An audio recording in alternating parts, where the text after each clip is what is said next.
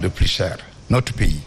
Donc moi je crois qu'ils ont bien entendu le discours et qu'il leur appartient maintenant de décrypter ce message. Mais les actes ne le montrent pas qu'ils ont bien entendu les discours. Serigne Saliou vient de parler des événements de Ziguinchor, ce sont les événements récents, mais durant toute cette période préélectorale, on note des tohu-bohu par-ci, par-là. Oui, mais c'est par rapport à ça. Par exemple, lorsqu'ils ont senti que ça n'allait pas et ça risque de chauffer, qu'ils ont alerté.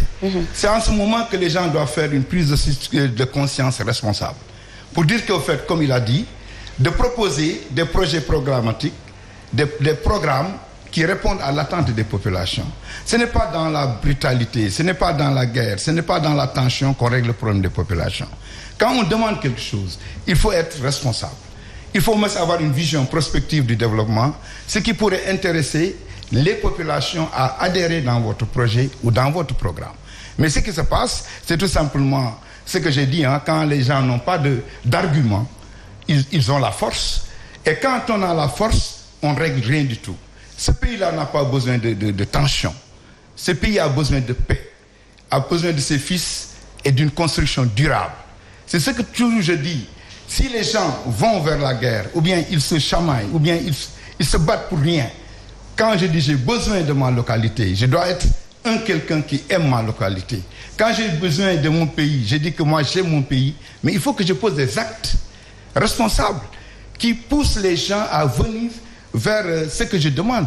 Mais si par exemple c'est la violence, ce sont les chefs religieux qui étaient tranquilles, qui se réveillent, qui prennent la défensive, qui accompagnent les populations pour alerter, c'est extrêmement dangereux, madame. Ce qu'il faut maintenant, nos hommes politiques doivent prendre conscience de la situation et de ce qui nous attend. Le Sénégal n'a pas besoin de violence, il n'a pas besoin de tension, il a besoin de sa jeunesse, il a besoin de son développement. Et tout portera sur les épaules de ses fils à porter ce projet. Donc moi, ce que je pense en quelque sorte, c'est qu'il faudrait que les gens aient un discours apaisé.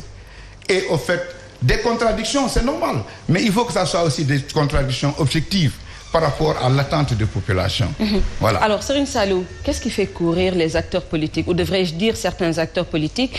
La bataille de la représentativité n'a-t-elle pas pris le dessus sur l'offre politique? Vous savez, Evelyne, le mal de nos politiciens d'aujourd'hui, c'est que, à la place, bien sûr, des programmes, c'est-à-dire, ils n'offrent absolument rien.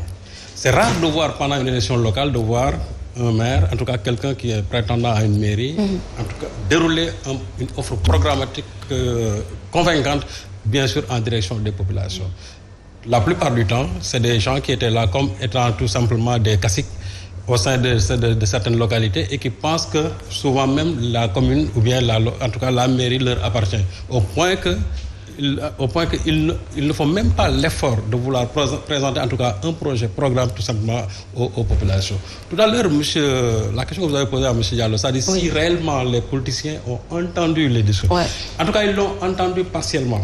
Parce que récemment, quand la délégation de Yewwi Askan Wi a rendu visite au Khalife général des Mourides lors du Magal de Touba, il leur a réitéré vraiment ses remerciements en disant que je vous avais demandé quelque chose et vous me l'avez accordé. C'est-à-dire, c'était pendant la période vraiment de mars, où réellement il y avait une tension telle qu'on pensait que le Sénégal vraiment allait s'embraser littéralement. Tout à fait. Et quand le Khalife a demandé à ce que les gens déposent les armes, finalement, il y a une partie qui a entendu et on est revenu bien sûr au statu quo ante.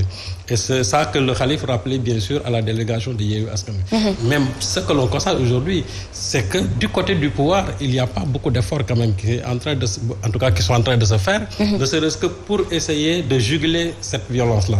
Lors de la visite du président Macky Sall au nord du pays pendant le mois de juin dernier, on a vu la violence qu'on a exercée sur des gens qui tout simplement montraient leur opposition au président Macky Sall. Ça a commencé au niveau de Saint-Louis, avec les gens de Mansour Faye qui n'ont pas ménagé ceux-là qui voulaient tout simplement manifester en déroulant leur banderole. Finalement, ces manifestants-là ont fini même par être appréhendés par la police et jetés, bien sûr, je crois, en prison pour quelque chose. Et par la suite, on a vu, bien sûr, le cas du président de Gumsobop, qui a voulu faire, bien sûr, du tube-tank, mais malheureusement aussi qui a été attaqué par des gens appartenant au pouvoir. On a montré des images, des vidéos sur, en tout cas, des marrons de feu, en tout cas des nervis qui ont exercé des violences inouïes à ce qu'on appelle tout simplement les gens de Fouta Tampi. Des plaintes ont été déposées par-ci par-là, mais jusqu'à aujourd'hui, il n'y a pas de suite par rapport à cela. Et ce qui fait mal, c'est que cela se produit, on est à la barre tout simplement de ceux-là qui sont chargés légalement, en tout cas, d'exercer cette violence-là. Ça veut dire c'est la force publique que représente ou soit la gendarmerie ou bien tout simplement la police.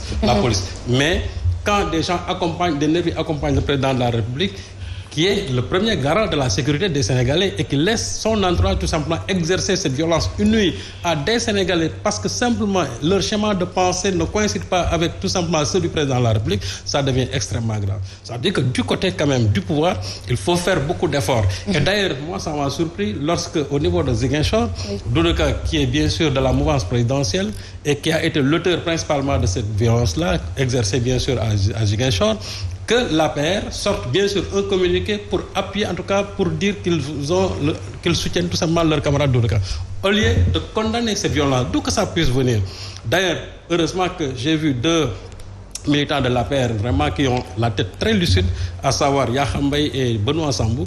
Eux, dans leur déclaration, ils ont dit tout simplement qu'ils ne partagent pas ce que Doudou Ka a fait au niveau de Ziguinchor parce qu'il n'y a pas de zone de non-droit au niveau tout simplement de la capitale du Sud. Et je crois que c'est dans cette direction-là que devait tirer tout simplement le secrétariat exécutif de l'APR. Malheureusement, ils ne l'ont pas fait. En soutenant Doudou Ka, ça veut dire qu'aujourd'hui, on cautionne tout simplement cette violence-là, alors qu'on ne doit pas du tout cautionner la violence. Que ça vienne de l'opposition, que ça vienne tout simplement que ça vienne des non-alignés, c'est inadmissible, c'est inacceptable de voir des gens utiliser la violence comme moyen tout simplement en tout cas d'exercer tout simplement de la politique. La politique, ce sont les idées, c'est la force des arguments, mais ce ne sont pas les arguments de la force. Malheureusement, dans ce pays-là, certains ne le comprennent pas, en tout cas encore, et c'est la raison pour laquelle souvent, à la place de ces idées-là, à la place des arguments, ils s'adonnent tout simplement. Alors, Abdoulaye Mbow, je vous repose la même question. La bataille de la représentativité n'a-elle pas donc pris la place de l'offre politique programmatique dont